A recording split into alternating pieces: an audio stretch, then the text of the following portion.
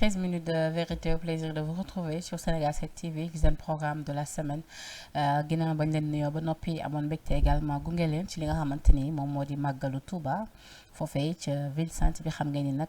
Sénégal 7 amal na ci également liggéey bu am solo boobu la liggéey également la ñu fas yéene wéyal fii au niveau de Dakar ginnaaw bañ fi dellusee mais fekk fi également yeneen ci ay actualité yi nga xamante ni sax jotewul dara ak l'actualité politique mais depuis lors ñëpp a ngi ciy wax également enquête bi di wéyali mu ñeel li nga xamante ni moom moo di faatu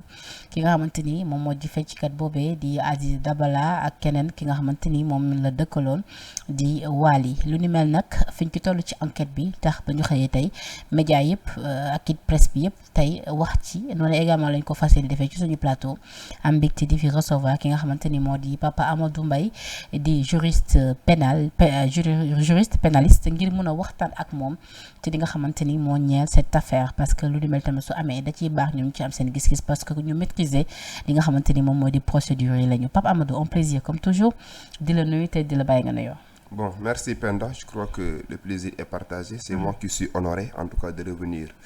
fi nga xamante ne moom mooy Sénégal 7. Donc pour discuter en tout cas des questions brûlantes de l'actualité, comme ni nga ko waxee. Donc di aussi ndokkeel la communauté mouride par rapport ak màggal bi nga xamante ne ni dem nañ ci jàmm ñëw ci jàmm. Donc ñu ñaan yàlla lépp lu ñu fa ñaan rek yàlla na ko yàlla def xéewal tàbbal ko ci Sénégal.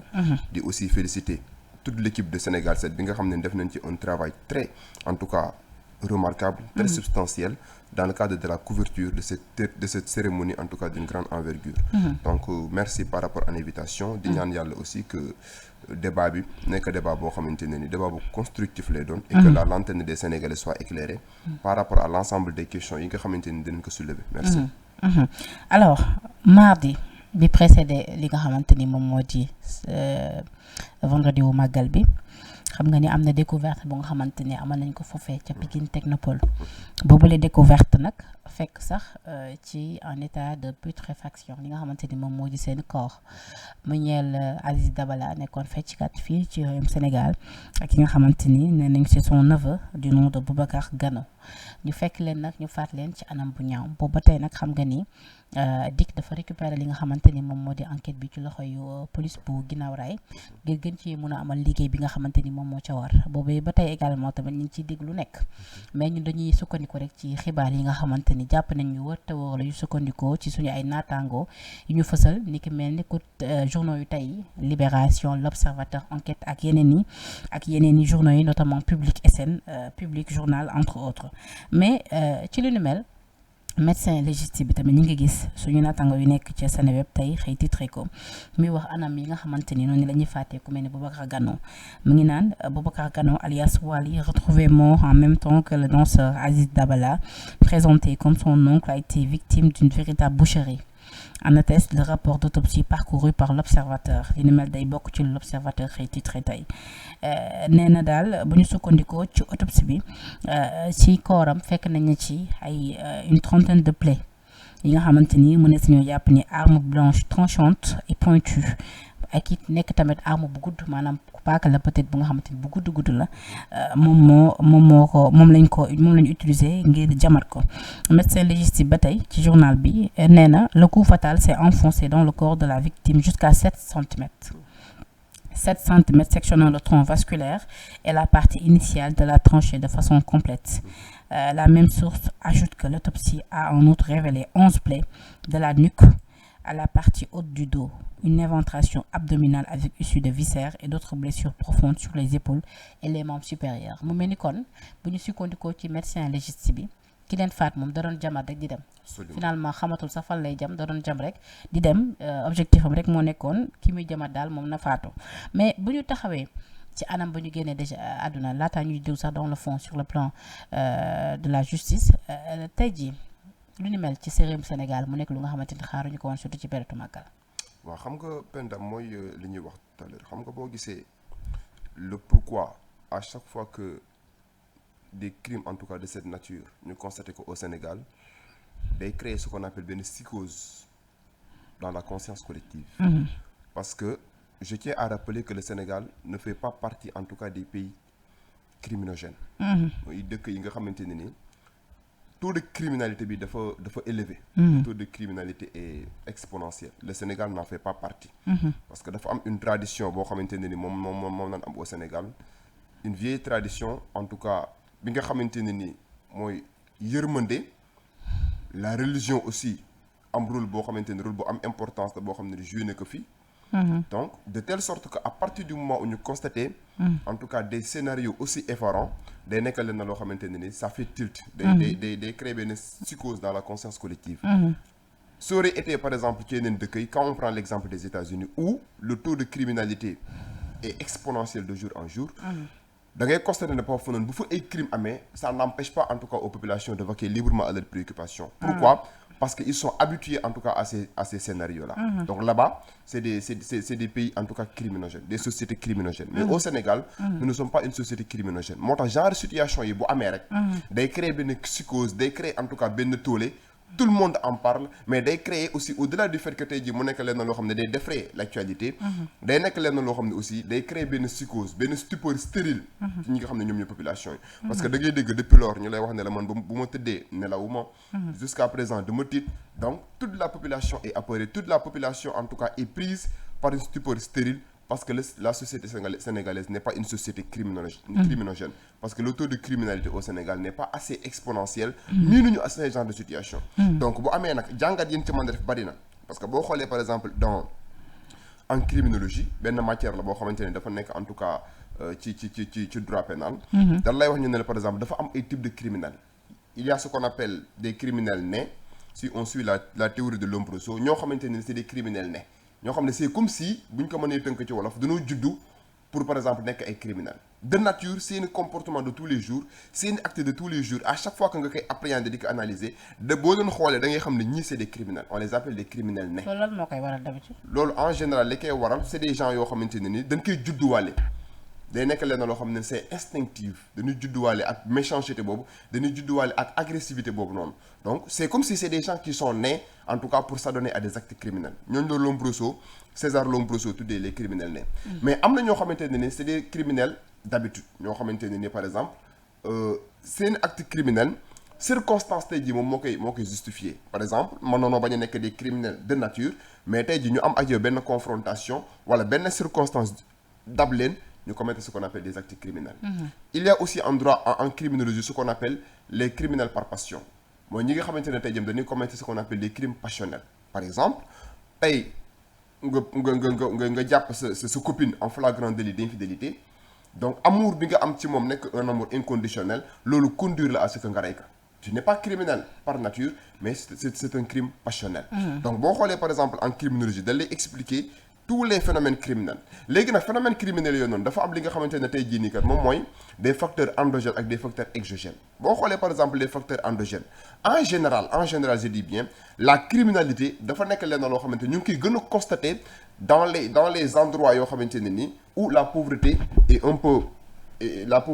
peu ascendante mooy dëkk endroit yi nga xamante ne par exemple taux de pauvreté bi fa la ëppee en général foofu la ñuy gën a constater en tout cas li nga xam ne moom mooy les phénomènes criminels parmi les facteurs endogènes loolu lu koy waral bon li koy waral mooy par exemple xam nga à chaque fois qu'il y a une infraction dañuy xool le mobile de l'infraction et la plupart en tout cas des mobiles yi nga xam ne moom la ñu invoqué mooy ce qui a conduit en tout cas l'agent pénal l'infracteur à commettre l'acte criminel dans 90% des cas bu laajee carrément pourquoi nga commettre crime bi lu ci ëpp c'est le mobile est économique. mooy xaalis dama waroon a jox xaalis. daf ma yore leen xaalis. doon jeu hasard ma gagné ko mën na dama fay. donc la plupart en tout cas des facteurs qui justifient la criminalité mobile bi day nekk un mobile en tout cas d'ordre financier d'ordre économique. moo tax souvent yenn crimes yu bëri ci banlieue bi nga koy gën a dégg. voilà parce que c'est là où pauvreté bi fa la gën a ëppee en tout cas c'est très rare de constater ces scénarios ces crimes effarants en tout cas fi nga xamante ne tey jii moom mooy dans les villes ou bien dans des endroits yoo xamante ne nii les gens sont un peu riches donc loolu aussi benn facteur bu ñuy expliquer par exemple les facteurs de la criminalité da cee am benn affaire bu déterminant loolu mooy les facteurs endogènes maintenant boo xoolee par exemple les facteurs exogènes peut-être mën nañoo prendre en considération le fait que ñu dëkk ci ay dëkk yoo xamante ni éducation bi surtout aussi au niveau de la banlieue l'éducation reste à désirer la plupart en tout cas des jeunes yi nga xamante ne ni nekk nañ ci banlieue bi entre autres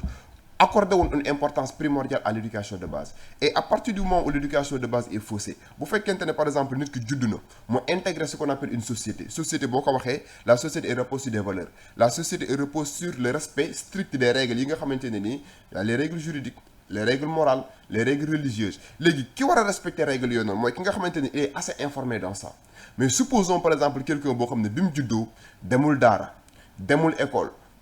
ses parents procuré wuñ ko benn éducation de base boo xam ne dina ko mën a permettre mu comprendre li mu war a def le respect bi nga xam ne moom la war a am à son semblable la considération bi nga xam ne moom la war a am à son semblable le degré de tolérance bi nga xam ne war na ko am ak képp ku muy jëflanteel bu fekkente ne faussé na éducation de base bi a priori kooku noonu tey jii nii pour mu màgg nekk un délinquant dans la société day nekk lenn loo xamante ne lu facile lay doon. Donc ça veut dire que éducation de base bi dès l'instant que nu faussé que wala par exemple ñu nekk des gens yoo xamante ne nii danoo nekk dans une situation de précarité c'est-à-dire amuñu yenn moyens yi. tey jii moo tax parfois ngay dégg par exemple nit rey na nit pour 50 francs. wala nit rey na nit pour 100 francs wala nit rey na nit pour benn cigarette. Donc c'est parce que c'est des gens yoo xamante ne c'est des criminels ataviques. Quand on parle de criminels ataviques mooy ñoo xamante ne pour benn besoin bu ñu war a satisfaire jaral na la ñu rey nit ñooñu nag ñoom la Lombroso César Lombroso tuddee en criminologie les criminels nés. Donc boo xoolee par exemple l'ensemble des facteurs que je viens d'analyser da ngay comprendre ne par exemple Sénégal donc war na noo mën a def de telle sorte que parents yi surtout réussir éducation de base bi. mais liñ amagum nii déjà. ci enquête bi. li ñu fasalagum ci li nga xamante ni moom moo di ci presse bi. tey jii gang bi ñuy wax boo leen doon dugal. ci ban catégorie de criminel nga leen di dugal. waaw xam nga jusqu'à présent Penda. donte ni nag l'enquête suit son cours. Voilà xam nga nous sommes tous tenus par le secret de l'enquête et de l'enquête. jaragul ñuy wax instruction. parce que dossier bi présentement mu ngi phase d'enquête et que toutes les personnes en tout cas alpaguées dans cette procédure-là sont présumées innocentes. Oui. Ça aussi il faut le constater parce que la présomption d'innocence conception bi nga xamante ne ñun juristes yi surtout pénalistes yi moom lañ ci am mooy nit ki il est présumé innocent tant que condamné gun ko et même s'il est condamné faudrait-il encore que toutes les voies de recours soient purgées. C'est-à-dire à partir du moment où ñu ngi dans la phase de la garde à vue loolu moo tax ñu leen di considérer comme des suspects parce que article 11 du code de procédure pénale dafa accorder une importance primordiale au secret de l'enquête et de l'instruction mooy l'enquête est secret et toutes les personnes yi nga xam ne dañuy concourir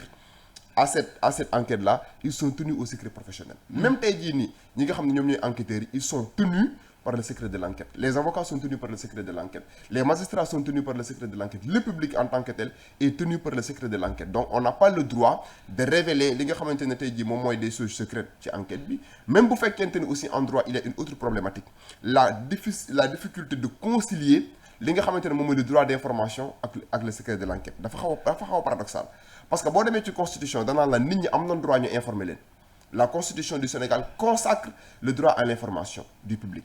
Mais le droit à l'information du public ne doit pas en tout cas être en contradiction ak li nga xamante ne tey jii moom mooy le secret d'enquête bi nga xamante ne ni code de procédure pénale day bañ en tout cas ñu koy wasaare. moo tax sax souvent yenn journalistes dañuy am yenn information mais amuñu droit li nga xamante ne moo di relater ko. Donc de ce point de vue là même les journalistes sont tenus en tout cas par le secret de l'enquête bi nga xamante ne day interdire ñu def yenn commentaires approfondis par rapport à des faits yoo xamante ne présentement dañoo nekk en phase de la garde à vue. Maintenant quand on analyse par exemple on peut orienter l'analyse en tout cas sur les principes parce que présentement on a eu dire que il y a 6 je sais pas ou bien 5 personnes yoo xamante ne nii ils sont entre les mains en tout cas des limiers de la division des investigations criminelles parce que la division des investigations criminelles je tiens à rappeler que benn unité la boo xamante ne nii dafa nekk direction de la police judiciaire tutelle am nekk le ministère de l'intérieur parce que boo xoolee par exemple dans un premier temps ñi nga xamante ne ñoom ñoo njëkkoon a saisir des faits c'est la police de Guinaw Rail mais à partir du moment où la division des investigations criminelles a constaté que ce scénario c'est un scénario un peu complexe l'infraction est d'une gravité extrême la division des investigations criminelles dafa am une compétence nationale bu koy permettre tey jii mu dessaisir ñi nga xamante ne ni moom mooy la brigade de la gendarmerie wala par exemple la police en la matière bi nga xam ne moom moo njëkkoona loolu affaire bi pour def ko yëfu boppam parce que moom moo am les moyens d'information les techniques d'information beaucoup plus approfondies boo xamante ne par exemple yenn brigades yi wala yenn commissariats yi amuñu ko. et dans ce cas là moom dafay sukkandiku ba tey ci li nga xamante ni moom moo di police bu Guinaara li ñu amagum déjà ñoom comme élément. absolument wala dafay ñëw. teg yëpp de côté reprendre li nga xamante ni moo di enquête non seulement day sukkandiku ci premier élément yooyu noonu mais moom day am un pouvoir d'approfondissement mu gën a creuser pour la manifestation de la vérité c'est pourquoi même dans la phase d'enquête da ngay constater ne par exemple kin njëkkoon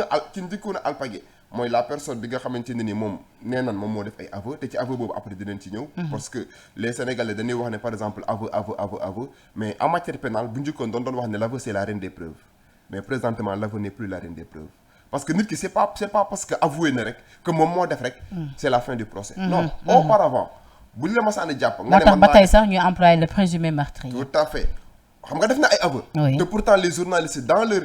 leur titre dañuy continuer di def le présumé meurtrier xam nga lan moo tax non seulement les journalistes ne veulent pas violer le principe sacro-saint de la présomption d'innocence bi nga xamante ne ni c'est un principe à valeur constitutionnelle parce que ça fait partie des droits de la défense mais aussi aveu boobu noonu waa ji def c'est laissé à la libre appréciation des autorités de poursuite parce que présentement mënuñu wax les autorités de jugement en procédure pénale il y a 3 phases enquête instruction jugement nous en sommes à présent à la phase d'enquête mooy lan waa ji bi nga xamante ne tey jii jàpp nañ que les officiers de police judiciaire ñoo leen tuddee les officiers de police judiciaire mooy éléments yi nga xamante ni dig ñoom lay envoyé ñuy enquête di def ay investigations ce sont les officiers de police judiciaire bul la jàppee par exemple dañ lay auditionner dans cette phase de la procédure tu es considéré comme une personne suspecte mooy tu es suspecté d'avoir commis une infraction. mais avant loolu sax c'est-à-dire fi nga tax am na solo mais pour ñi seetaan gën a comprendre dama bëgg d'abord ñu taxaw ci li nga xamante ni moom moo di fay yi c'est-à-dire ba ñu bi meurtre bi amee ba ñu découvrir corps yi lan mooy nekk procédure de déjà ba laataa mu yegsi ci li nga xamante ni moom moo di les éléments waaw xam nga bu meurtre bi amee rek ñi nga xamante ne ñoom ñoo njëkk a découvrir meurtre bi li ñuy def mooy informer les autorités de poursuite les autorités de poursuite moom mooy lan soit brigade gendarmerie bi nga xam ne moom moo territorialement compétente dans un premier temps wala commissariat de police bi nga xamante ne moom moo territorialement compétent en la matière bi affaire bi amee l'on s'est rendu compte que le commissariat de police comme territorialement compétent parce que droit dafa am ay règles de compétence mooy Pikine comme que affaire bi Pikine la amee dañuy xool par exemple aux alentours ban commissariat moom moo gën a loolu pour loolu affaire bi on a constaté que à partir du moment où le commissariat est informé en tout cas de la commission de ce crime effarant ils se sont déployés ñu dem sur les lieux pour constater dans un premier temps li nga xam ne moom mooy affaire bi léegi bu boobaa ñoom bu accès sur les lieux rek la première des choses à faire mooy tey jii nii kat ñu quadriller li nga xam ne ni tey jii nii kat moom mooy lieu bi nga xamante ne infraction bi foofu dañ ko commettre pourquoi ñuy quadriller parce que moment boobu noonu bëgguñu tey jii nii kat mu am ay dissimulation de preuves dañuy bëgg a conserver li ñu fekkee situation bi noonu en état pour que tey jii nii kat dara bañ leen rëcc parce que benn élément bu leen rëcc rek mën na fausser li nga xamante ne nii mën na écorner la sincérité en tout cas de l'investigation. moo tax nga gis ñu dàq nit ñi après quadriller ko def ci leen ñu gis ci image yi kii bande bu jaune bi voilà donc quadriller boobu noonu day démontrer ne kat ñun bëgguñu benn élément échappé ñu parce que il y a des indices concordants léegi si indices yooyu noonu la ñu mën a sukkandiku pour mën a xool tey jii nii kat ci yenn anam la ñu mën a orienter suñu investigation bande bi ñu ci bind au point do not cross. Tout à fait donc au point de ne pas véritablement laisser certains éléments yoo xam ne c'est des éléments déterminants mu disparaître wala tey ji mu am ce qu'on appelle dissimulation de preuve parce que nit ki mën na commettre benn infraction ba pare ñëw ci lieu de la commission de l'infraction dissimuler preuve yi mooy jël preuve yi par exemple lëbëj affaire yi lëbëj carte gi pour que tey ji les enquêteurs ne puissent pas avoir en tout cas un début de solution wala une piste wala des mën a découvrir des indices yoo xam ne dina gën a faciliter seen travail d'investigation donc bu loolu amee nag la première des choses à faire mooy ñoom dañuy informer ki nga xam ne moom mooy le procureur de la République parce que je tiens à rappeler que les officiers de police judiciaire ils agissent sous la direction du procureur de la République bi nga xam ne moom mooy seen patron le procureur de la République parquet général donc hiérarchie boobu noonu moom moo am donc si le procureur de la République est informé les procureurs de la République da leen di bàyyi ñoom ñu def ce qu'on appelle les premières investigations mooy def leen li nga xamante ne tey jii moom mooy li njëkk mooy par exemple conduire jël leen corps bi yóbbu leen ko par exemple hôpital ñu def ce qu'on appelle autopsie bi parce que yaa ngi tudd tout à l'heure le médecin légiste parce que en la matière les officiers de police judiciaire ils ne sont pas assez bien formés sur par exemple la médecine donc ñoom mënuñoo xam par exemple kat d'un point de vue en tout cas scientifique kii nii carrément lan moo ko rey. donc loolu dafa am kenn koo xamante ne ni c'est un médecin spécialisé moom la ñu tuddee en droit le médecin légiste moom moo la mën a décrire ki nga xamante ne tey jii nii kat faat nañ ko ci yenn anam lañ ko faate ak tey jii ni nombre de coups yi nga xamante ne jël na ko. kooku nag day def benn rapport boo xamante ne ni da koy jébbal ñi nga xam ne ñoom ñooy les officiers de police judiciaire ñiy def enquête bi pour gën a éclairer seen lanterne par rapport même donc au fait. moo tax ñu wax ba wax ni li nga xamante ni moo di paaka bi ñu ko jam ñaata centimètres lañ ko jamee. tout à fait parce que loolu noonu day éclairer la lanterne des enquêteurs. Et s'il éclaire la lanterne parce que aujourd'hui on dit que la science contribue en tout cas à l'amélioration des techniques d'investigation. Donc foofu noonu da ngay xool ne science day aider le droit parce que droit ñi ko jàng il reste sur les principes les articles les codes entre autres mais même les magistrats ils ne sont pas assez bien formés en tout cas ci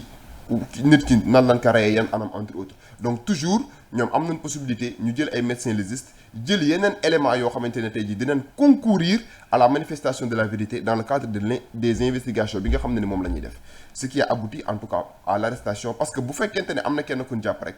kooku noonu buñ ko auditionné li ñuy njëkk a xar ci moom tey jii mooy ñu xool ba xam est-ce que moom il a commis une infraction individuellement in tutti personne wala est-ce que par exemple il n'a pas été aidé par d'autres personnes tapées dans l'ombre yoo xamante ne nii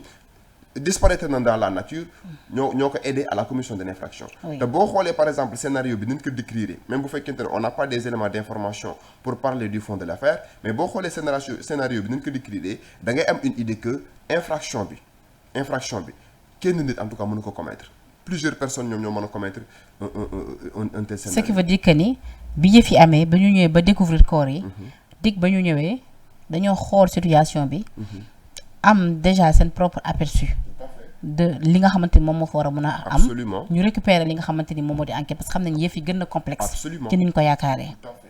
gën na complexe te ñoom aussi ñoom ñoo am des techniques d'investigation et d'enquête beaucoup plus approfondies ñoom ñoo am moyens yoo xamante ne nii permettre na leen ñu déployer seeni équipe ci territoire national bi parce que dig dafa am une compétence nationale donc bu loolu amee nag. loolu moo waral ba tey appartement boobu dafay nekk sous scellé. day nekk sous scellé c'est-à-dire ba jamono gi ñuy wax ni ku fa delluwaat. kenn mënu fa dugg kenn mënu fa fréquenter. ñoom rek dafay dem ak di ñëw appartement bi dañ koy mettre sous scellé mais tous les objets saisis foofu noonu dañ koy mettre sous scellé. léegi ñoom ñaata yoon la ñuy delluwaat ci appartement pour des réquisitions. bon à chaque fois que qu'il le juge opportun parce que ci enquête bi nit mën na wax dara ñu demaat foofu vérifier. absolument c'est-à-dire ñoom à présent. am nañ toutes les possibilités lépp loo xamante ne jàpp na ne par exemple mën na participer à la manifestation de la vérité pour utiliser une expression courante ñoom ils ont la possibilité ñu def ko léegi nag li nga xamante ne tey travail bi nga xam ne moom lay def xam nga kan la koy defal da koy defal ki nga xam ne moom mooy le procureur de la République parce que waxoon naa la tout à l'heure ma ne les officiers de police judiciaire ils agissent sous la direction du procureur de la République léegi oui parce que moyen d'investigation yi mu utiliser nii du wëy parce que tey ji bu garde à vue bi jeexee attention bu garde à vue bi jeexee la DIC est obligée en tout cas de déférer les personnes suspectées d'avoir en tout cas commis cette infraction au parquet défèrement au parquet boobu garde à vue bi ñaata heure la war a durer en tout cas garde à vue bi la garde à vue en procédure pénale du Sénégal 48 heures lay durer renouvelable mais en matière criminelle mën na dem ba 96 heures renouvelable oui mën na dem ba 96 heures renouvelable parce que pourquoi ñu wax renouvelable mën na noo dem en matière de terrorisme wala les infractions en tout cas d'une certaine gravité garde à vue bi mën na dem ba 96 heures renouvelable c'est-à-dire mën na noo dem ba 96 heures et que le procureur de la République les officiers de police judiciaire estiment que ñoom éléments yi nga xam ne soxla na ko carrément pour déférer les personnes suspectées d'avoir commis l'infraction au parquet amuñu éléments yooyu noonu yëpp ñu demande le procureur de la République mën na leen demander à ce que ñu renouveler les délais de la garde à vue léegi nag bu renouveler les délais de la garde à vue dañuy continuer ñu creuser dans ci seen information préparatoire léegi nag buñ demee ba nga xamante ne par exemple délai de la garde à vue bi jéem na ils sont dans l'obligation les officiers de police judiciaire ils sont dans l'obligation de déférer les personnes suspectes au parquet. Pourquoi ils sont obligés de les déférer au parquet? Parce que gis nga peine dans la procédure pénale benn seconde bu délai garde à vue bi jeexee benn seconde bu suspect des ci commissariat bi rek day favorable suspect yooyu noonu parce que mën na nekk un motif boo xam ne seeni avocat mën nañu cee sukkandiku pour rendre nulle la procédure. ci la absolument. expliquez ñu loolu. Je vous donne un exemple. C'est un peu difficile à comprendre na pour un profane. xam nga tey par exemple Penda bu ne garde à vue bi 96 heures la renouvelable. délai garde à vue bi jeex.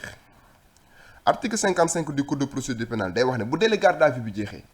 benn seconde ñooñu waruñu kaa defaat ci division des investigations criminelles parce que benn seconde bu ñu defaat division des investigations criminelles day équivaloir à ce qu'on appelle une détention arbitraire te bu équivaloir à une détention arbitraire seeni avocat mën nañ sukkandiku ci loolu pour saisir la chambre d'accusation pour wax ne la procédure il est nulle le procès verbal est nul pourquoi le procès verbal est nul parce que procès verbal bi nga xamante ne tey jii nii kat ci lañ sukkandiku pour enquête ñi nga xam ne ni ñoom ñooy suñuy clients yi nga xamante ne ni ils sont juste suspectés d'avoir commis cette infraction là les officiers de police judiciaire n'ont pas respecté les délais légaux de la garde à vue bi nga xam ne ni code de procédure pénale daf ko encadré. mais ci cas bi délais légaux yi ba tey ñu ko respecté. ba léegi ñu ngi respecté délais légaux yi. te même bu ñu passé ci cas bii nii xam nga tey jii pour contourner loolu noonu bu ñu demoon tey jii ba nga xamante ne délai garde à vue bi jéem même renouvellement bi jéem et que ñoom ils ont constaté que par exemple éléments yi ñu soxla ba léegi amuñu ko et que le procureur de la République n'est pas dans les dispositions d'accueillir les personnes suspectes. parce que day am man noonoo dem ba délai garde à vue bi jeex. procureur de la République ñu war a defeere ci moom mu ne man présentement nii kat amaguma temps pour accueillir ñooñu noonu mënoo leen ne góor leen defeere bu boobaa nag ngay dégg ñu ne la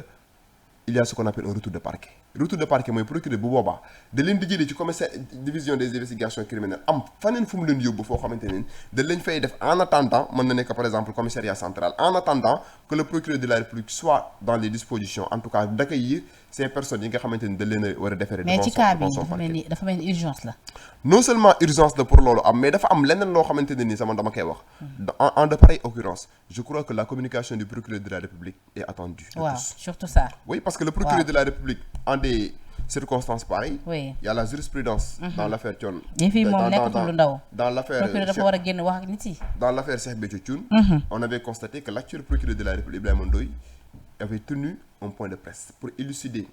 en tout cas pour donner des éléments d'information par rapport même donc par rapport à la commission de l'infraction et je crois que présentement Ibrahima Ndoye il vient d'être installé en fonction donc présentement man li nga xamante ne tey jii moom laay wax mooy le parquet xalaat naa dans les jours à venir dina tenir une communication pour élucider l'opinion par rapport ak li nga xamante ne tey jii nii moom mooy infraction bi nga xam. rappeler aussi tamit que ni Saliou Dicko moom mooy nouveau procureur de Guédiawaye moom it installé nañ ko ni ki tey. tout à fait te même le parquet même le procureur de la République buy tenir un point de presse dans ce sens-là moom même il est tenu le procureur de la République il est tenu par le secret de l'enquête parce que nee naan le procureur de la République même bu fekkente ne day def un point de presse pour élucider l'opinion par rapport à la commission de cette infraction bi nga xamante ni dafa défrayer la chronique le procureur de la République doit informer juste et vrai. Même le procureur de la République il n'a pas la possibilité de faire une interprétation des charges amul droit mu wax kii moo def wala kii moo deful nee na même le procureur de la République il n'a pas la possibilité de faire une interprétation des charges donc même bi def une communication day informer juste et vrai. léegi élément digi lu waral bu ñu dooree li nga xamante ni moom moo di enquête bi dafa am ñu nga xamante ni mun nañ def ay va-et-vient lu toll ci à 3 reprises wala à 4 reprises après ñu doog leen placer en garde à vue ak pourquoi ñu décider di leen placer en garde à vue sachant que ni ñooñu peut-être am nañ benn représentativité bi mënees nañ leen bàyyi seen kër yi bu ñu leen soxlawee ñu dem woowaat leen. waaw xam nga placement en garde à vue lan moo tax ñun juristes yi ñu xaw ko ragal bu la placer en garde à vue rek c'est parce que waxuma yaa def de mais c'est parce que les officiers de police judiciaire ont constaté un certain nombre d'indices ont décelé un certain nombre d'indices yoo xamante ne nii war na leen mën a conduire à ce que ñu placer la en garde à vue et je tiens à informer l'opinion que le placement en garde à vue n'équivaut pas à une détention et n'équivaut pas aussi à une culpabilité. Ça ne veut pas dire que la personne est placée en garde à vue qu'elle est coupable. Ça ne veut pas dire que la personne est placée en garde à vue qu'elle est quitte. Mais placement en garde à vue boobu parfois même en droit day protéger ki nga xamante ne ni moom lañ place en garde à vue xam nga lan moo tax. parce que tey jii nii bu fekkente ne ay soupçons mi ngi peser ci yow ñu naan yow la wala du yow laale nga wala laale woo mais tu peux être victime de la clameur publique. oui clameur publique bi mën na la poursuivre. mën na la rey. mbokki ki ñi nga xam ne ni faatu nañ mën na la rey. société bi tey jii mën na sévir sa kaw. mën nga être victime de ce qu'on appelle la réprobation. moo tax sax am ñu bëri ñoo xam bi ñu déggee que ni ñenn ñi dañ leen placer en garde à vue dañoo jàpp ni est-ce que de plus tey jii pour leur protection. absolument c'est pour leur protection non seulement c'est pour leur protection mais aussi bu fekkente ne par exemple da la décider placer la en garde à vue c'est parce que ñu ngi bañ bi ñu leen njëkkee auditionné jàpp na ne yow tey jii wax nga ay wax yoo xamante ne nii war na buñ creuser ñu enquêter la en tout cas en profondeur ñu interroger la en profondeur dina am yeneen éléments yoo xamante ne ni enquêteurs yi soxla nañ ko dinañ ko war a mën a découvrir ci yow te jàpp boobu ñu la jàpp en garde à vue dina nekk un moyen pour que tey jii bu fekkente ne yow laale nga ci infraction bi nga bañ a dem def ce qu'on appelle subordination de témoin mooy nga dem waxtaan ak ñi nga xamante ni yëpp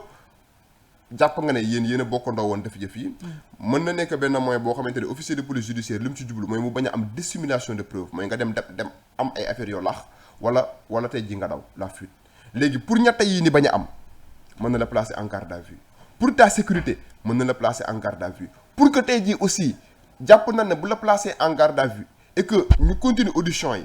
mën na nekk benn moyen boo xamante ne nii mën nga def d'autres révélations yoo xam ne mën na participer à la manifestation de la vérité mën nga expliquer aussi d'autres personnes yoo xamante ne nii ñoom ak yow peut-être ñoom ñoo bokkoon di def infraction bi donc enquêteurs yi loolu moo tax ñu lay placer en garde à vue mais placement en garde à vue moom bu amee rek jàppal ne am na ay indices am na ay soupçons yoo xam ne pesé na ci ki nga xamante ne tey jii placé nañ ko en garde à vue. bu ñu leen placé aussi en garde à vue ñoom ci yenn conditions la ñuy nekkee foofee. waaw mais la personne placée en garde à vue dafa am aussi ay droits xam nga code de procédure pénale dafa code de procédure pénale dañ lay jàngal en droit ne la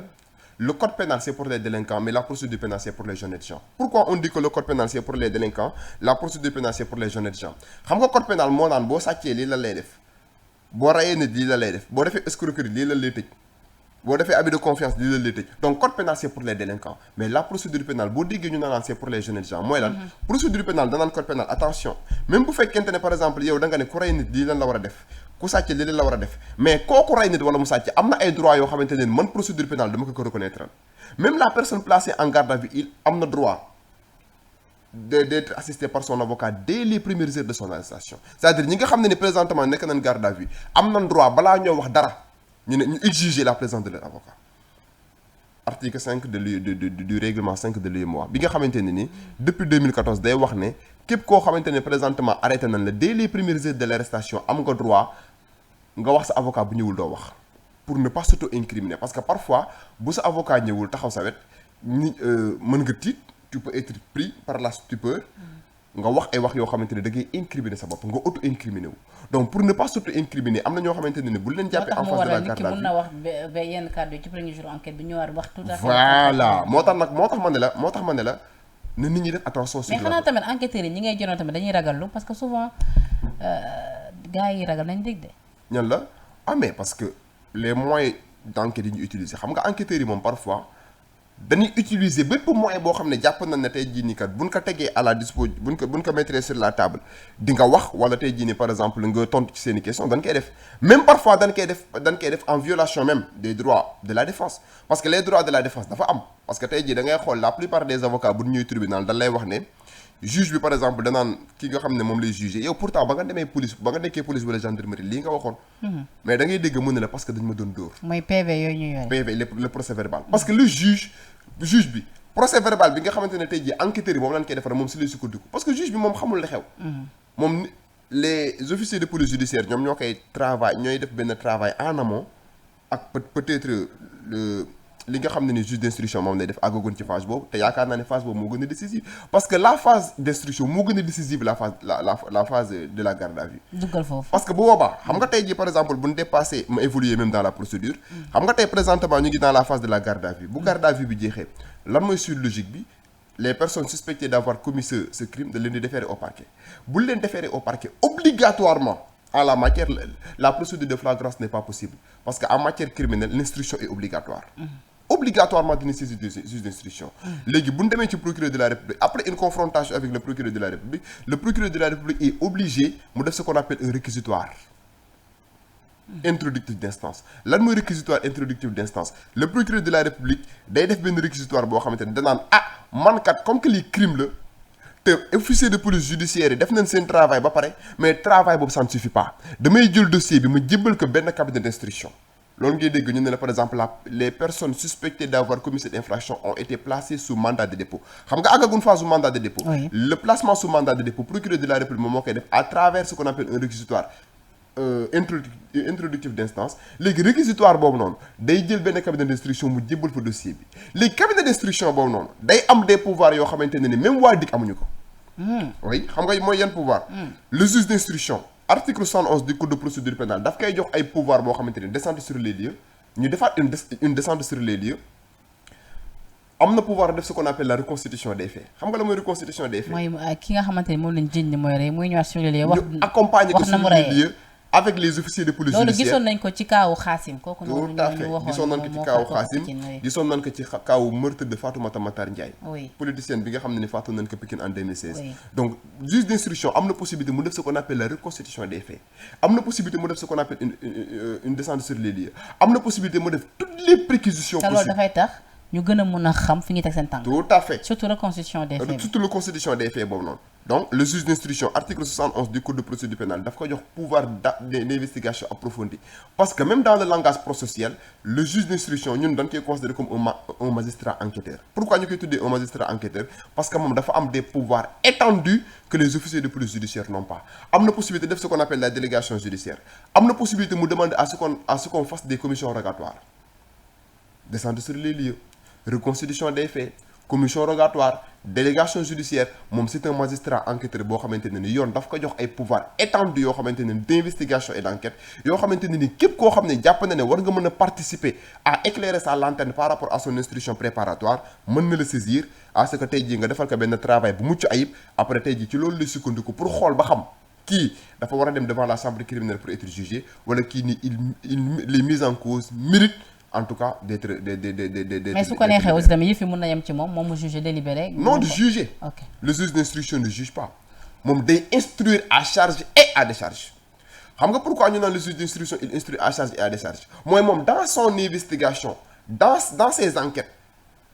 lépp loo xam ne élément la boo xam ne da lay dugal bu ko gisee da koy intégrer mais lépp loo xam ne élément la boo xam ne da lay disculper bu ko gisee aussi da koy intégrer. mooy moom il n'est pas là juste pour yow xool nu mu la yóbboo kaso nu mu la yóbboo devant la juridiction de jugement il cherche des éléments pour yóbbu la devant la juridiction de jugement s'il y a lieu il peut aussi penser que ñun kat li nga xamante ne ni jàppe woon na affaire bi noonu la amee ndekete ñii ñu jàpp kat ba indil ma leen placer leen sous mandat de dépôt moo leen di instruire mooy les inculper ñii kat jàpp naa ne defuñu dara parce que loolu mën nañoo dem ba ci biir mën nañoo jàpp par exemple 6 personnes ñu dem ba ci biir juge d'instruction constaté ne kat ndekete dañ leen a tuumaal mais defuñu dara bu boobaa dafay instruire à décharge mën na instruire à charge comme mën na instruire à décharge léegi instruire à charge et à décharge moom mooy lan léegi la question fondamentale mooy le temps ban temps la war a durer xam nga tey jii par exemple nous sommes en matière criminelle dossier boobu àggee devant le juge d'instruction n'est pas lié par le temps en matière délictuelle en matière correctionnelle par exemple bu fekkente ne li lay toppee délit la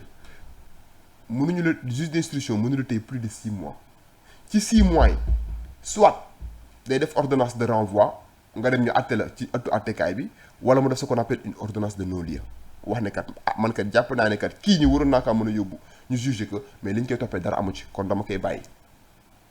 dama koy libérer mu jël ce qu'on appelle une ordonnance de non-lieu mais à partir du moment où nous sommes en matière criminelle dal lay wax ñu ne la détention provisoire en matière criminelle n'est pas limitée par le code de procédure te loolu yëpp day fekk moom le juge d'instruction utiliser na li nga xamante ni moo di voies et recours yi mu am yëpp absolument c'est-à-dire à partir du moment où le juge d'instruction a usé de toutes les possibilités qui sont à sa disposition pour la manifestation de la vérité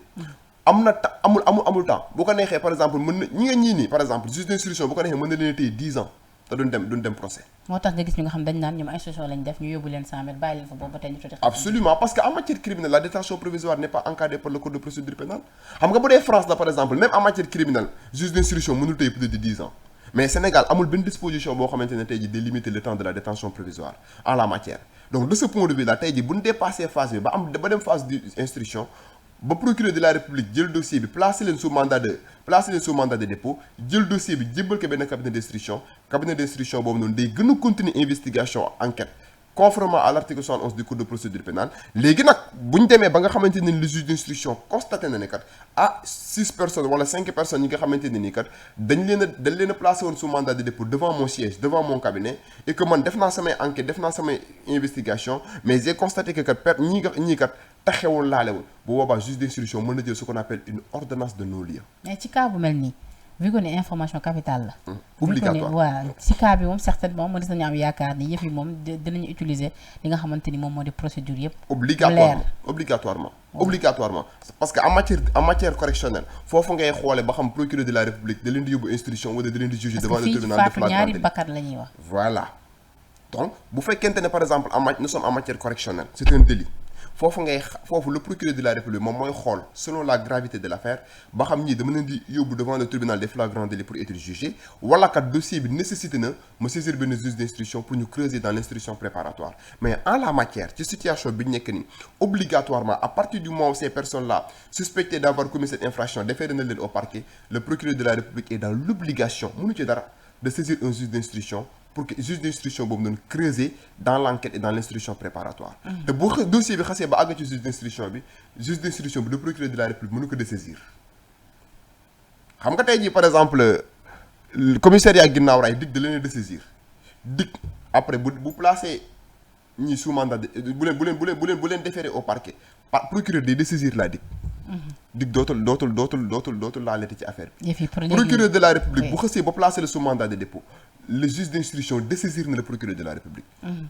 ça veut dire quoi procureur de la République nag leen la mën a def bu dossier bi nekkee instruction mën na def ce qu'on appelle des réquisitoires supplétifs à chaque fois qu'il y a une découverte de nouveaux éléments bu ñu découvrir ay éléments yu bees procureur de la République mën na jël ce qu'on appelle un réquisitoire supplétif wax juge d'instruction bi kat ne que dossier boobu noonu ma la joxoon ba ba leen di placer sous mandat de dépôt am na yeneen éléments yu ci feeñ donc damay def un réquisitoire supplétif ma jox la éléments yooyu. et dans ce cas là moom procureur moom ñan lay liggéeyal mooy ba mun a am yeneen éléments yooyee.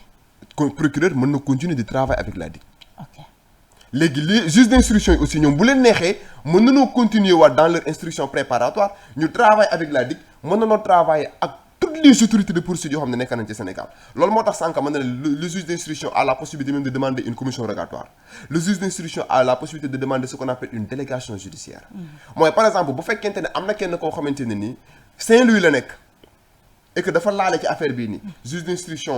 d'instruction mën na demander à ce que gendarmerie wala police Saint-Louis à travers ce qu'on appelle la délégation judiciaire wala mu demande juge d'instruction bu nekk Saint-Louis ñu jàppal ko kooku noonu indi ko Dakar pour que tey ji mu creuser dans son instruction kon keroog bi ñu jàppee kenn ci suspect Touba. oui. xanaa kon juge d'instruction non dama intervenir. wala loolu àggagun ci phase. wala loolu ba tey ci compétence waa DIC la ba léegi loolu ci compétence waa DIC la. parce que DIC ñoom ñoo am une compétence nationale. compétence nationale boobu noonu. parce que gis nañ ñoom waa BIP. ñoom ñoo dem jëli ko seen bopp. absolument ba Touba. absolument bu leen neexoon sax mën nañoo toog ñu indil leen ko bu leen neexoon mën nañoo toog ñu demande réquisition seen éléments yi nekk Touba. indil leen ñi nga waa ji nga xamante ne ni moom lañ suspecté ne moom moo commettre crime bii nii donc de ce point de vue là toujours da ngay comprendre ne à chaque fois que ñu nekk ci benn phase dans la procédure am na ñenn ñoo xamante ne par exemple dañ leen di dessaisir au profit d'autres donc présentement nii nous sommes toujours dans la phase de la garde à vue bi jeexagul mais garde à vue bi à partir du moment mu jeex rek la DIC sera dessaisie au profit du parquet parquet bi bu defee par exemple bu ñu ko defeeree ba mu saytu dossier ba pare bu décider par exemple placer les personnes suspectées d'avoir commis cette infraction sous mandat de dépôt le parquet est dessaisi par le juge d'instruction le juge d'instruction boobu nag moom moo ëpp temps parce que moom bu xasee ba téye leen moom mën na xool par exemple autant de temps qu'il voudra mu instruire affaire bi jusqu'à ce que tey ji mu juger nécessaire moom le juge d'instruction jël ce qu'on appelle un arrêt de renvoi pour traduire leen devant la chambre criminelle pour être jugé wala tey ji mu def non-lieu parce que jàpp na ne par exemple li leen di tuumaal ni dara amu ci léegi bu ñu leen traduire foofee ci chambre criminelle après ñoom ñi nga xamante ne ñoom ñoo nekk les suspects ñoom aussi yenn voies de recours la ñu am ñoom. waaw xam nga par exemple jusqu'à présent xam nga suspect yi actuellement ne seen avocat mën nañoo entrer en action avocat yi bu ñu demee mën na leen assister ci garde à vue bi bu leen di interroger yëpp avocat yi mën na leen assister. pour respecter le principe fondamental du droit de la défense bi nga xam ne c'est un principe à valeur constitutionnelle léegi avocat yi bu ñu assister. bu ñu déféré au parquet ba dem instruction léegi à partir du moment où le procureur de la République décide de ne placer leen sous mandat de dépôt bu boobaa nag avocat yi foofu la ñuy amee opportunité dem ci juge d'instruction bi pour def ce qu'on appelle des demandes de liberté provisoire parce que à partir du moment où juge d'instruction bi saisir nañ ko rek avocat yi foofu noonu moom mooy le point de départ pour que ñu introduire auprès du juge d'instruction des demandes de liberté provisoire pour sàkku li nga xam ne moom mooy bàyyim dëggandiku bu ñu constaté aussi que la procédure am na ci ay failles yoo xamante ne war nañ ko clamer devant la chambre criminelle la chambre d'accusation avocat yi am nañ possibilité en tout cas ñu clamer yenn violation yenn irrégularités yi nga xam ne constaté nañ ko dans la procédure au niveau de la chambre d'accusation donc à présent comme que tolloogun ci phase boobu nous sommes toujours dans la phase de la garde à vue seeni avocat am nañ possibilité ñu assister leen pour en tout cas suivre la procédure xool ba xam amul ay irrégularité xool aussi ba xam seeni client droit yi nga xamante ne ni code de procédure pénale jox na leen ko ñu ngi koy respecter alors mais Pape Amadou ci cas bi on parle de meurtre ou d'assassinat waaw xam nga c'est une question d'une pertinence biblique xam nga dafa am ce qu'on appelle xam nga homicide volontaire moom mooy meurtre xam nga par exemple article 281 du code pénal. day wax ne tout meurtre commis avec préméditation ou guet-apens est un assassinat. Tout meurtre commis avec préméditation ou guet-apens est un assassinat xam nga loolu la lay signifier. xam nga meurtre. mooy un homicide volontaire. mooy par exemple nga am problème ak nit nga rey ko. spontanément dans la spontanéité. loolu mën nañu ko qualifier de meurtre. mais xam nga la mooy assassinat. mooy yow meurtre bi nga commettre da nga ko togg. il y a un projet criminel bi nga xamante ne ni moom moo précédé. la commission du crime l'acte criminel en question. xam nga tey par exemple bu ñaari nit xeexee dans la spontanéité. ñaari ñoo xam ne mosuñoo tëkkunte. ñu xeex dans la spontanéité kenn ki faat moromam bu boobaa dañ naan meurtre la. mais bu fekkente ne da nga ne nit ki yow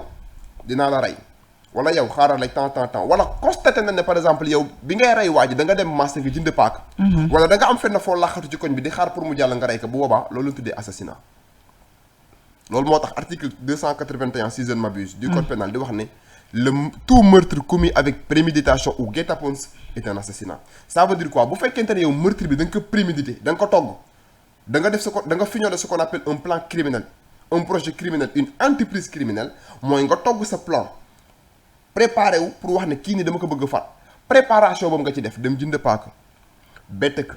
taxaw ci koñ bi am fenn foo ko xaar éléments yi ma lay wax ni yëpp bu ñu ko ci constaté dootul nekkati meurtre day nekk assassinat parce que il y a une préméditation wala benn guet-apens. te ñaari cas yi peine bi benn la wala. non peine bi du benn de parce que bu fekkente ne meurtre la réclusion criminelle à temps la bu dee assassinat la réclusion criminelle à perpétuité. oui bu fekkente ne meurtre la réclusion criminelle à temps la mooy 10 à 20 ans mais bu dee assassinat la c'est la réclusion criminelle à perpétuité. mooy dañ lay tëj à vie. à partir du moment nag ñu xam ne assassinat léegi nag ba xam meurtre la ba xam assassinat la kan moo koy décider. Parce que les officiers de police judiciaire actuellement dinañ retenir benn qualification je dis les officiers de police judiciaire dans la phase de la procédure actuelle parce que nous sommes au tout début de la scène pénale au tout début de la scène pénale ñoom dinañ retenir benn qualification tey jii bu ñu defee procès verbal ba pare dinañ viser yenn infraction dinañ wax meurtre wala assassinat mais bu ñu demee ci procureur aussi mën na apprécier ba xam qualification bi nii la qualification a été faite à sa juste proportion. bu ñu demee juge d'instruction aussi mën naa xoolaat qualification bi bu ñu demee devant la juridiction du jugement devant la chambre criminelle aussi mën nañoo xoolaat par exemple qualification parce que avocat yi moom toujours ñoom li leen tax a jóg mooy dañuy jéem a xool nan lañ disqualifier affaire bi bu fekkente ne assassinat la avocat yi dañuy jéem a démontrer ne meurtre la sa avocat bu fekkente ne meurtre la parfois ñu jéem a démontrer ne par exemple pour wàññi la peine bi donc qualification bi toujours day varier. mën na wax tey jii par exemple meurtre la ñu dem ba ci biir ñu ne assassinat la demaat ba ci biir ñu ne meurtre la tout dépend de la phase de la procédure mais actuellement ni ñoom dinañ retenir benn qualification boobu noonu ça ne lie pas le parquet. qualification bi parquet aussi di def si réquisitoire am pour saisir le juge d'instruction ça ne lie pas le juge d'instruction. qualification bi juge d'instruction aussi di def ci arrêt de renvoi devant la chambre criminelle ça ne lie pas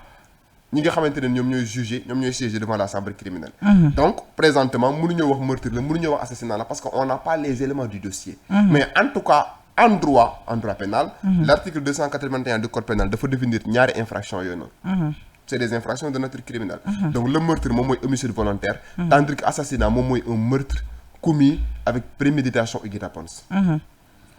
voilà alors Pape Amadou. li ñu cërati waxtu bëritul mais en définitive tey jii lu ni mel ni yëpp kon ci tënk ñi jàpp ni tey jii lu yomb résoudre lañ xam ni cas bi moom yombewul noonu. non yombewul noonu nous sommes au début de la chaîne pénale il y a toute une procédure à suivre nous sommes au tout début de la chaîne pénale procès bi mën na nekk sax 2030 wala 2035 wala 2040 on ne sait pas. parce que nous en sommes à présent. mais lu mu gën a yàgg tamit du arranger les suspects parce que ñoom pendant tout ce temps dañuy nekk ñoom dans les liens de la détention. absolument dañuy nekk dans les liens de la détention parce que bu ñu dépassé phase de garde à vue bi procureur da leen di placer sous mandat de dépôt léegi nag bu leen placer sous mandat de dépôt juge d'instruction bu ko neexee mën na leen a fàtte da leen di yóbbu rëbës fàtte leen mais période boobu ñu nekk rëbës yëpp di def ce qu'on appelle la détention provisoire wala la détention préventive juge d'instruction bi day creuser day continuer di def ay investigation te ci cas yu mel nii en matière criminelle. bu ñu la ci jàppee yóbbu la kaso doo am benn privilège. doo am benn privilège wala. bon privilège bu fekkente ne période bi ngay def détention provisoire bi di nga am droit de visite dinañ la visiter dinañ la jox nga lekk comme yeneen détenus mais à partir du moment en tout cas ñu condamné la devant la chambre criminelle àggagun phase boobu bu ñu demee ba nga xamante ne nii jugé nañ la ba condamné la bi la condamné ba pare voie de recours yëpp jeex bu boobaa nag moom parfois tu mënoo bénéficier ce qu'on appelle d'une remise de peine. Autrement dit am na nooy commettre yenn assassinat yi même la grâce mënatoo ko bénéficier wu. ça veut dire que yow sa àdduna moom li ci des yëpp tu vas le passer en prison. Pape Amadou fi ñu toll ni ci Sénégal ak léegi ni ñu commencé déglu ay faat bakkan ak yu ni mel ñu koy dégg lu bëri rawatina plus ci li nga xamante ni moom moo di banlieue bi ñenn ñi actuellement di prôné li nga xamante ni moom moo di peine de mort yow ànd nga ci lu ni mel. xam nga peine de mort ñu koy pourquoi ñun juristes yi duñ d'accord ci peine de mort defal jàngat ci li ma la wax la plupart des juristes boo leen interroger sur la peine de mort duñ ci d'accord xam nga lan moo tax. xam nga par exemple l'opinion est émotive l'opinion elle est émotive elle baigne dans l'émotion.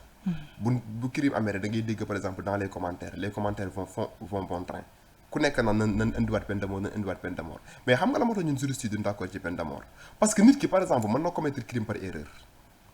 y a ce qu'on appelle des crimes passionnels wax naa la ko sànq nit ki mën nga commettre crime par passion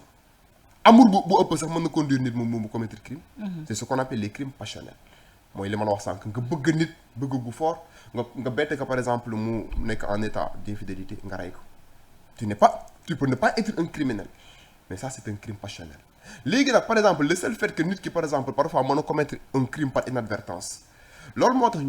juristes yi duñ favorable la plupart des juristes duñ favorable en tout cas au rétablissement de la peine de mort parce que peine de mort c'est la sentence capitale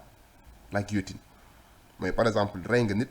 da laa war a rey en tout cas l'islam noonu la ko tënkee mais en droit je crois que peine de mort ñun juristes yi duñ ci d'accord puisque parfois nit mën na commettre crime par passion mën na commettre crime par inadvertance par erreur et beneen aspect bi am mooy l'histoire a démontré que la peine de mort n'a jamais été une solution pour amenuiser pour tempérer en tout cas la criminalité autrement dit histoire démontré na ne même dëkk yi nga xamante ne am na peine de mort le taux de criminalité est exponentiel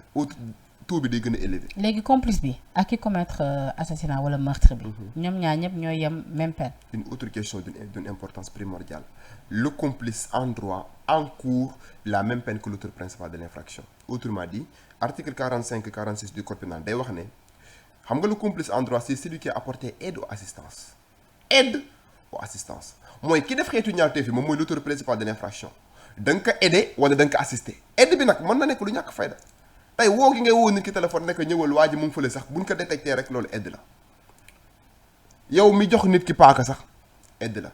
yow mi expliquer nit ki kin rey fi mu dëkk sax aide la donc la complicité yow mi rey ba pare nag wax ko nit ki même su fekkee ne après nit ki moom boole na la police. yow tamit dañ koy toppee complice. yow c'est-à-dire yow nga rey. waaw ñëw wax ma ni ma rey naa après man plus tard man ma dem boole la police. non loolu dañ may considérer comme complice. non ki wax ne par exemple yow rey nga bu dee moom laalew ci il n'est pas complice xam nga mooy complice ki nga xamante ne ni aidé na wala mu assisté ki nga xamante ne moom moo rey. parce que ki ñu jàppagum déjà. oui ñu sukkandiku ci information yi. nee nañ daf ko wax nijaayam bañ jegee ba ca Touba nijaay gi moom moo saisir li nga xamante ni sax. waaw léegi nijaay jooju mën na ko poursuivre pour complicité. mais pourtant bañ leen di indi dégg naa ñoom ñaar ñëpp lañ jàppandoo. waaw xam nga la moo tax ñoom ñaar ñëpp la ñuy jàppandoo parce que nijaay ji moo informé mais nijaay jooju dañ koy bàyyi normalement bu dee noonu la demee nijaay jooju dañ koy bàyyi parce que nit ñëw na wax na ma damaa rey pour lu ko protéger mën na maa woo éléments yi mën na ne ah diw ko dafa rey bokkul tey jii ak ñeneen ñi nga xamante ne ni suspecté nañ ne kat ñoom am na leen loolu laale ci commission infraction bi léegi complice yooyu noonu mën na noo bañ a rey en tant que tel mais mën na noo apporter aide wala assistance. mais ñoom ñëpp ñooy bokk benn peine. moo tax ma ne la en droit sénégalais article 45-46 du code pénal da lay wax ne après avoir défini la complicité da lay wax ñu ne le complice il encourt la même peine que l'auteur principal de l'infraction. xam nga dafa am en droit ce qu'on appelle le complice l'auteur principal de l'infraction am na même le co-auteur ba léegi bokkul. il y a une différence entre le complice et le co-auteur xam nga la mooy le co-auteur. co-auteur mooy ñaar ñi nga xam ne ñoo bokkoon di def bokkuñu ba léegi ak complice bi ñoom ñëpp ils sont rangés dans le même sac. tey par exemple bu fekkee ñaari nit ñoo doon reyandoo bi ñuy rey kii moo jàpp loxo yi kii jàmpaaka bi ñoom ñaar c'est des co-auteurs mais complice bi mooy ki nga xamante ne ni apporté na aide wala assistance. mais l'auteur de l'infraction mooy ki nga xamante ne moom moo commettre l'acte matériel de l'infraction. parce que pour qu'il y ait infraction il y a la réunion de ces trois éléments un acte matériel un acte intentionnel un élément légal. élément légal mooy infraction bi dafa am benn loi bu ko war a prévoir il n'y a pas de crime sans texte. élément intentionnel mooy l'acte criminel en question et élément matériel bi mooy l'acte en question élément intentionnel mooy intention bi est-ce que amoon nga intention commettre infraction voilà les 3 éléments. léegi même su fekkee ne ki nga xamante ni moo faat c'est démontré que ni moom psychologiquement parlant dafa nekkul daal dafa am ay problèmes psychiques par exemple. attention xam nga loolu ñu ngi dugg ci beneen aspect droit lu pénal. demel tamit ba tey ay daan day dal ci kaw. xam nga en droit pénal parce que loolu noonu c'est difficile à prouver parce que en général Sénégal moom tàmm nañ bu ñu traité nit rek ñu wax ne dafa dof wala dafa tux yàmba entre autres mais loolu c'est un argument bancal boo xamante ne ni pour nit ñu accueillir que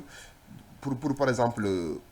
enquêteurs yi wala le juge bi accueillir que c'est très complexe même bu fekkente ne en droit am na ce qu'on appelle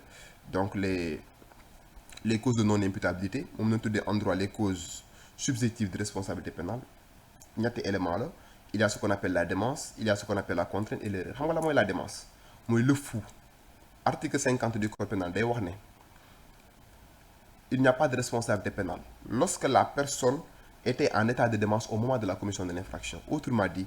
il n'y a pas de responsabilité pénale bu fekkente ne ki nga xamante ne jàpp nañ ne moo def xeetu ñaawteef bi ba mu koy def dafa nekkoon en état de démence léegi la mooy démence moom mooy la folie mooy ab dof il est pénalement irresponsable léegi nag ça ne veut pas dire que dañuy wax ne da ngaa dof rek que tu es pénalement irresponsable attention juge bi mën na demander à ce que ñu yóbbu la dans un état ñu xool bi ngay commettre infraction bi est-ce que par exemple da nga nekkoon dans une situation de démence aggravée wala est-ce que da nga nekkoon dans une situation de démence passagère am na ñoo xamante ne ni danoo dof ba dopp waral mooy état de démence aggravée am na ñoo xamante ne nii dañuy am ay temps de folie moom mooy ce qu'on appelle la démence passagère. léegi juge bi élément yooyu noonu yëpp da koy xool. il s'en comprendre. mais en de pareilles circonstances je crois que il est très prématuré de parler de démence wala de folie pour exonérer qui que ce soit de toute responsabilité pénale. léegi voisinage bi nag parce que dara su amee nga amoon ay colocataires. yu dégg yuuxu ñu ne fooguñu woon ay rey laak ak yu ni mel jotuñu intervenir wala si wuñ la ñooñu également ndax dafa am ay peines yu nga xamante ni mënees nañ ko encourir waa am parce que ci cas bi dégg nañu yenn témoignage yi nga xamante ni voisinage bi def nañ ko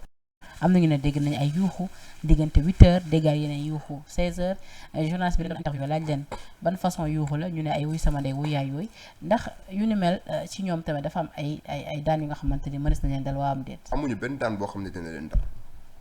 parce que taxawuñ laalewuñ ci li nga xam ne moom la commission. mënuñu wax foofu ci non assistance à une personne en danger. oui non assistance personne en danger infraction la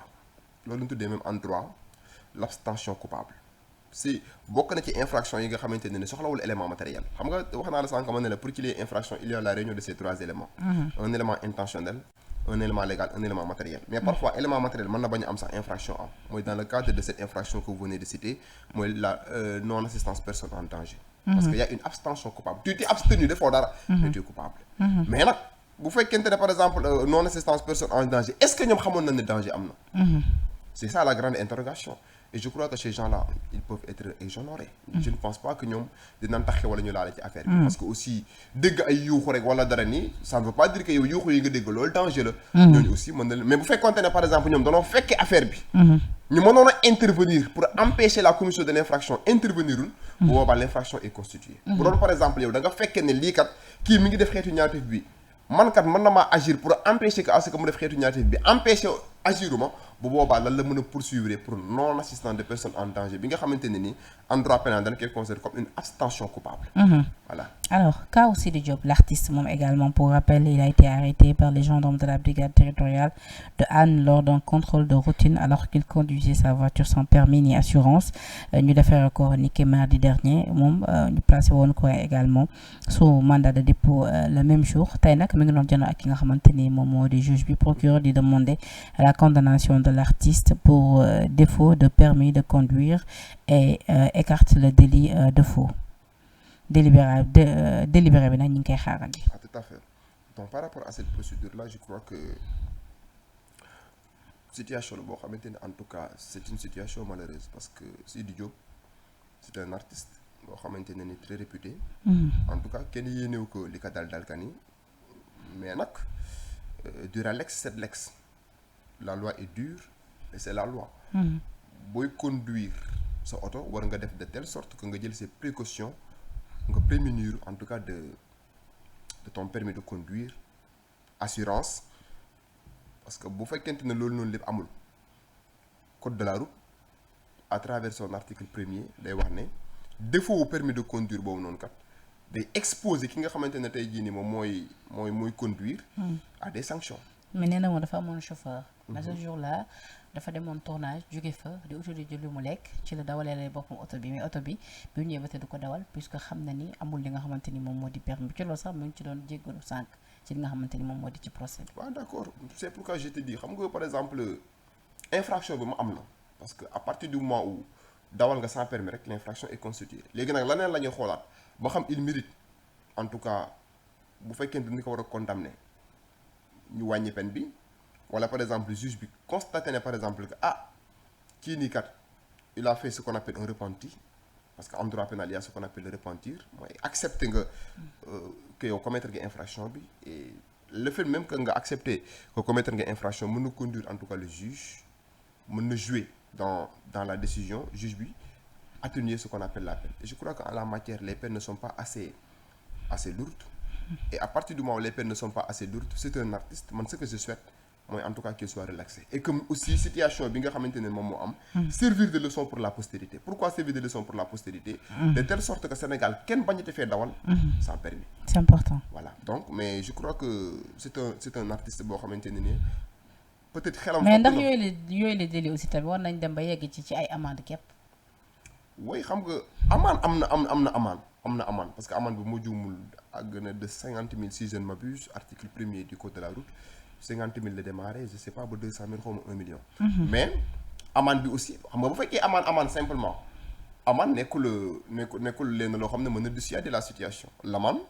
n'est pas un moyen dissuasif parce que boo doon amende am na ñoo xam ne dañuy def lu leen neex génne xaalis fay. il faut que parfois amende bi am benn peine boo xamante ne ni moom moo koy accompagner pour que mu mën a nekk une dissuasion pour que mu mën a dissuader en tout cas li nga xam ne ni moom mooy infraction mais comme ni ma la ko waxee rek Sidy Diop c'est un artiste très correct en tout cas et je crois que commettre na erreur du relax c'est de l'ex placé nañ ko en garde à vue yóbbu nañ ko kaso li ñu koy ñaanal mooy en tout cas que le juge en tout cas puisse prendre en considération le fait que moom accepté na qu'il a commis une erreur et que soit ñu relaxé que bu fekkee juge bi décidé na que donc dans son intime conviction wala bu fekkente ne par exemple dañ ko war a condamner en tout cas ñu accorder que le sursis voilà permettre que mu continuer ay activités Pape Amadou ça a été un plaisir di la bàyyi nga tàggatoo le mot de la fin tout en espérant que ñu fi waxtaanee yëpp éclairé nga quand même la lanterne des Sénégalais. Tout le plaisir est pour moi Penda donc di wax aussi que ces genres de dossiers là c'est des dossiers un peu complexes parce que bu fekkoonte ne par exemple am nañ beaucoup d'autres éléments si la ñuy gën a am possibilité creuser et comme ni ma la ko waxee rek j'ai rappelé au début de l'émission que nous sommes tous tenus par le secret de l'enquête et de l'instruction tel que en tout cas établi par le code de procédure pénale donc li nga xamante ne tey ji moom moo jaadu moom mooy wax ci les généralités